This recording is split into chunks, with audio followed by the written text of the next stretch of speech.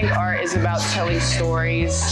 I think it's about seeing people and making them feel seen. I think it's about feeling something and making other people feel something, and connection. I think art connects us all. I think it allows us to tell stories that might not have other spaces to get told.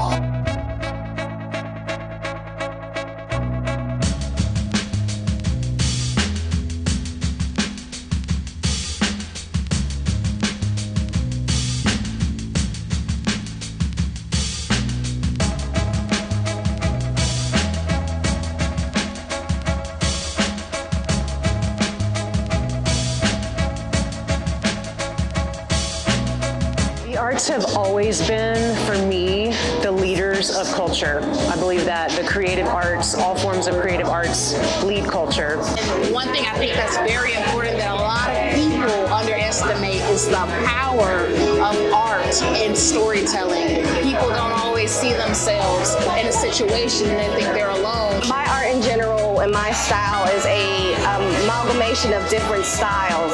So it's actually speaking to the youth, saying that you can pull from different creative aspects and understanding to create. It's giving a voice to the difference.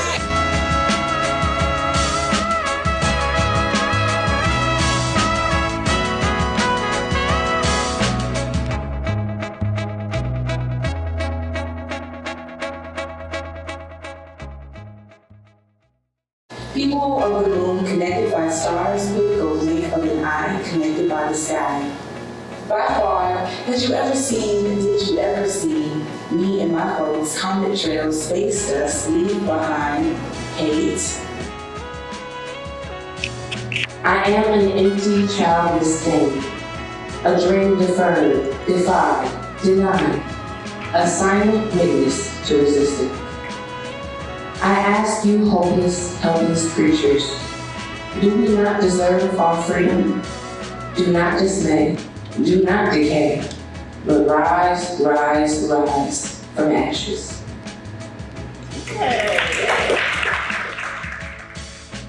We're joined today by Shantae Wood, who's a Southeastern State Director of Research. Finding out why people do this work is so important, because it's going to be what guides you when you don't feel like there's a path ahead. Harmon and Harmony, the State Director for the Human Rights Campaign. We have to be healed. If you are invested in this work, there is a level of healing that is needed in order for your trauma to not allow you just to be quiet, because it's your main voice, your storytelling that will actually help not just our families, but also change the trajectory of religious spaces. Stephen Citizen, the State Director for Planned Parenthood Southeast. We have to make this fun. So shout outs to Allen Values for the cultural connections and the idea of music and culture and art. And the idea, I think, is that we have to do this a couple of more times and get bigger each time. And that's how movements grow. Janice Fountain, the Executive Director for Young Health Fund, and Janine Bill, our fan coaches. I had a single mom of 5 on the fellowship, and she was like, "Jeez, I'm not supposed to be mistakes. I don't know about this." And she was quiet most all. She hung in there, she hung in there. By the end of the fellowship, she was like, "Hey, I really resonate with this. I'm a single mom of 5. I was pregnant at 14. Now I'm going to these safer sex kids to the school beside me and see a little Indian minister, like, can you help us?" So it's not even just like, we don't want to come in your life and say, "Oh, we're here to like fix this thing for you." So we want to come in and say, "Okay, I bet you know what you need and let's back you up." Because some of us have more resources than others. And Mel, who is the co-founder of Ignites Important Society. When you go into spaces that you know that queer trans folks can't come into, be that voice, be that reason, and also speak up for us. Don't let folks talk about us when we're not around. Be that advocate even when we're not around.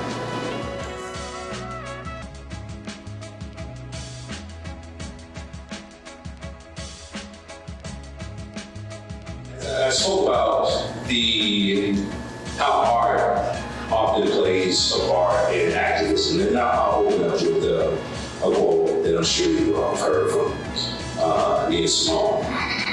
Artist's duty, as far as I'm concerned, is to reflect the times I think that is true of painters, sculptors, poets, and musicians. Art is the language of emotion, and we have so many barriers around our own emotional dialogue and our own emotional access to what we're actually feeling and the safety of feeling that. So I think for me, painting in particular, and I also do music and I do other art forms, but it's a way to get out what's inside of me. And so everything that I create, I think first and foremost is for me. The challenge there is not only, yes, the arts are connected with the community, but it's like also, in order to do that, you need spaces to facilitate. Like this, you need a place where not only do I know, first of all, my art is going to be valued. Second of all, it's safe for me to express myself in this media personal way. And third of all, it's accessible to me and my community, And it's like a lot of traditional art spaces are not valued in marginalized communities. As an artist, there's the limitations that everyone experiences. Some of us have financial limitations, access. We also have the limitations of where we are, or earlier the panel was talking about meeting people where they are. A lot of us are experiencing life right now, and we're not able to express ourselves or visually tell the stories that we're able to tell because we're in survival mode.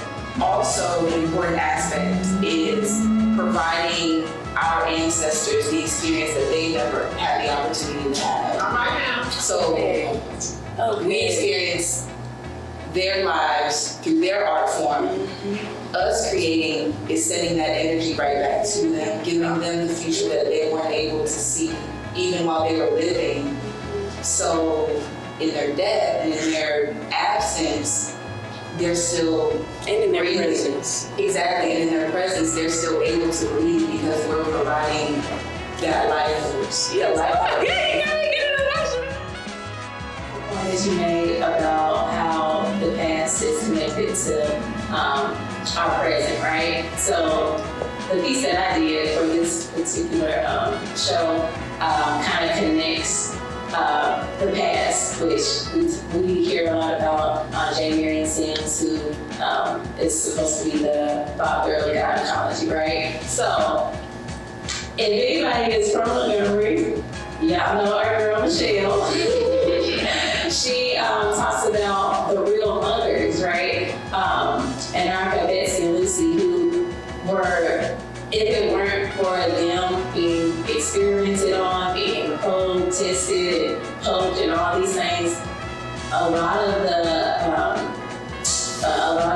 the things that happened to them, we wouldn't have the healthcare that we have today. And so connecting that past piece to our present, and so I just wanted to piggyback on that and say that's what visual artists we do. We kind of take a little bit of the past and put it out there in a way that we're able to relate to people who might not have ever heard of the stories of our ancestors and people of the past. We still have a few more that didn't make the trip, but here we go.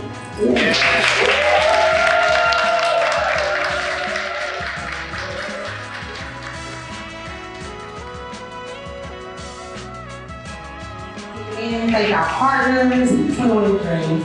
Art, 21 Dreams, Art and Culture, Urge, Planned Parenthood, Southeast, Powerhouse, Yellowhammer Fund, the Knights Order Society, the Human Rights Campaign, and Project Say Something. Thank you all so much for just being a collaborative partner. I want to just reiterate that we'll be sending out a toolkit to just kind of give you some resources, pertaining to some of the things that you heard today, this evening, so that you can tap in.